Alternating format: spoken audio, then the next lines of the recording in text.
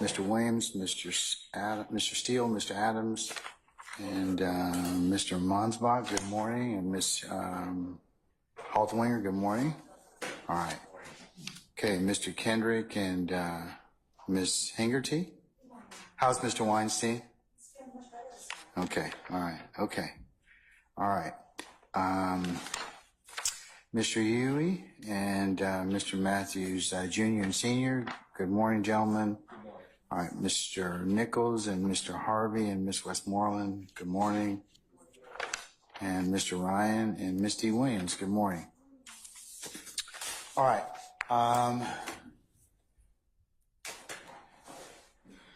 Mr. Atkins and Ms. Hilton and Ms. Knight, good morning. Good morning. All right. I missed anybody? Okay, all right.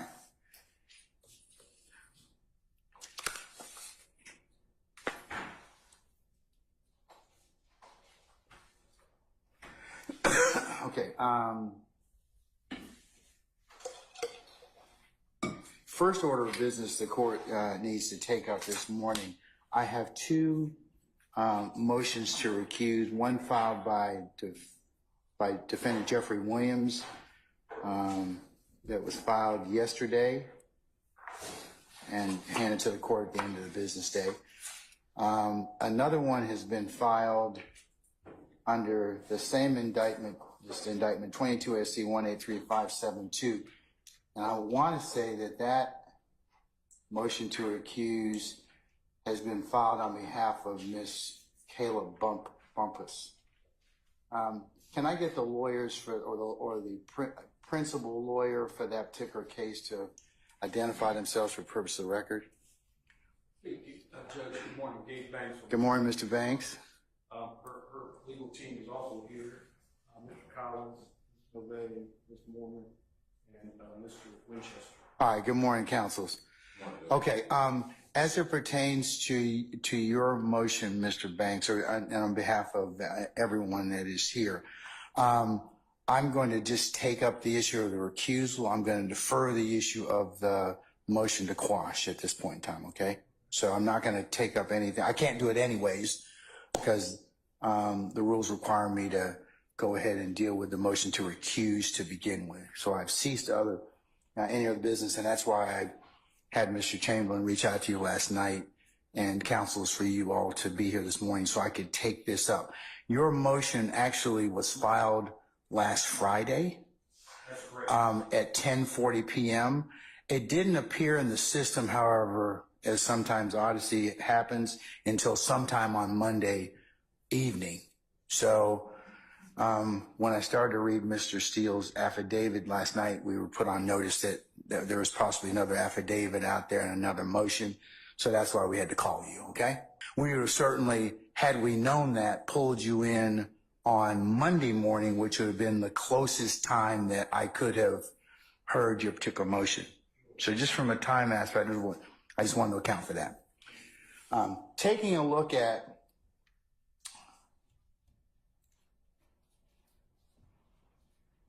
this applies to both motions that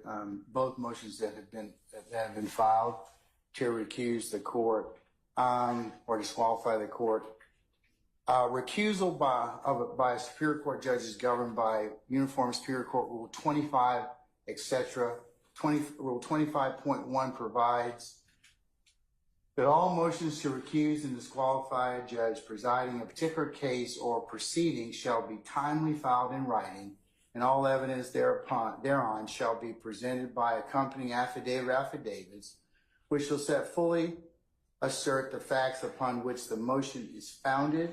Filing and presentation to the judge shall not be later than 5 days after the affiant first learned of the alleged grounds for the disqualification, and not later than 10 days prior to a hearing or trial, which is the subject of the recusal or disqualification, unless good cause be shown for the failure to meet such time requirements. And that is cited in Georgia Uniform Superior Court Rule 25.1.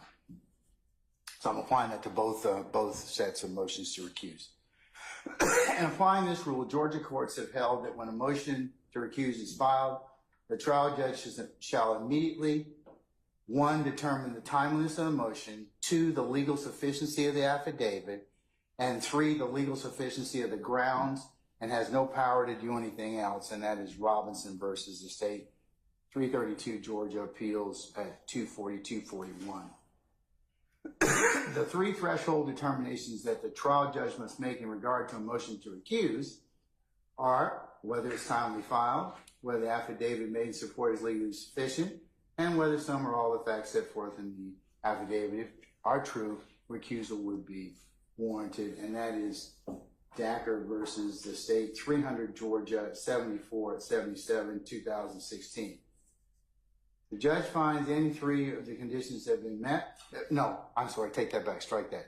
If the judge finds that all 3 conditions have been met, he must refer the motion to another judge to hear the motion, but if any one of the conditions is not met, there is no error in denying the motion.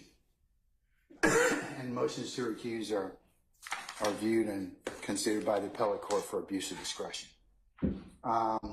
Accordingly, the court is going to address each one of the factors as it pertains to both Mr. Steele's motion and, for shortness, Mr. Banks' motion. I find both motions were timely filed. I find that Mr. Steele's motion was in fact filed on this past Monday, which would have been the 17th of June. I find that Mr. Banks' motion on behalf of Ms. Bumpus was timely filed, as it was filed on the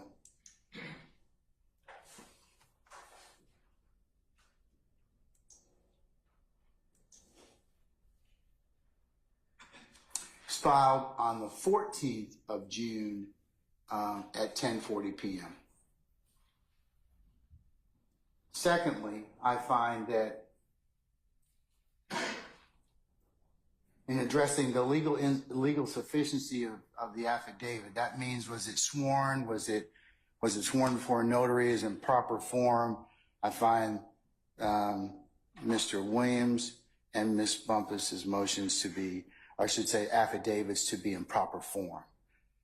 The third thing that the court has to review, and like I said, I reviewed, is the legal sufficiency of your grounds of the motion. And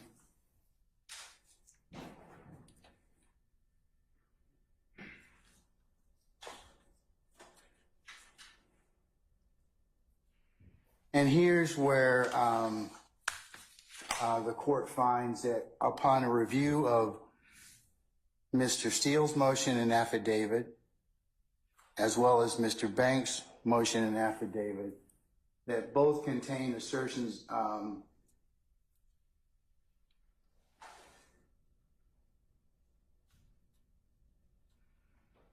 bare assertions and legal conclusions which aren't sufficient for the court to grant your motion at this point in time and refer it to another judge for it to be heard. So I'm going to deny the motion at this point in time. I invite you all to look at Baptiste versus the state. Just because adverse rulings have been made doesn't mean that the court stops the trial. So I'm going to make that. I'll reduce both of the motions to recuse to an order, and I will file that so you can take whatever steps you need to necessarily after that. But I don't get into anything about the affidavit itself, argument on that. I just have to read it. Those are the only 3 things I do. And then if I find it to be not sufficient on its face, I go for it. I just make the ruling at that point in time, let you all take it up. No, I won't grant a motion for a certificate for immediate review.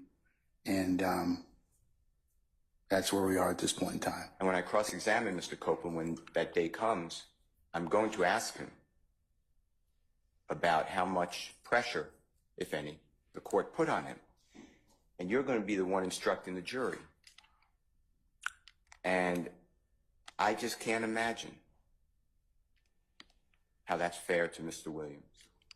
So I just asked you I'm not abandoning anything in the joint affidavit from the Honorable Attorney Adams and myself, but if you would just look at just even paragraph 12, again, if you didn't consume it entirely, I don't believe that meets a legal conclusion or a bare assertion. I ask the court to recuse.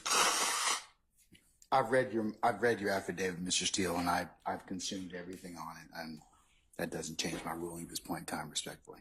I also, on the transcript, I'd like the recordings and the transcript, and I object to the court going through it and deleting, because to me, the way I understand it, there is zero privilege. So I don't understand I'm not gonna, Mr. Steele, I can't argue with you about anything such as, I've made my ruling, okay?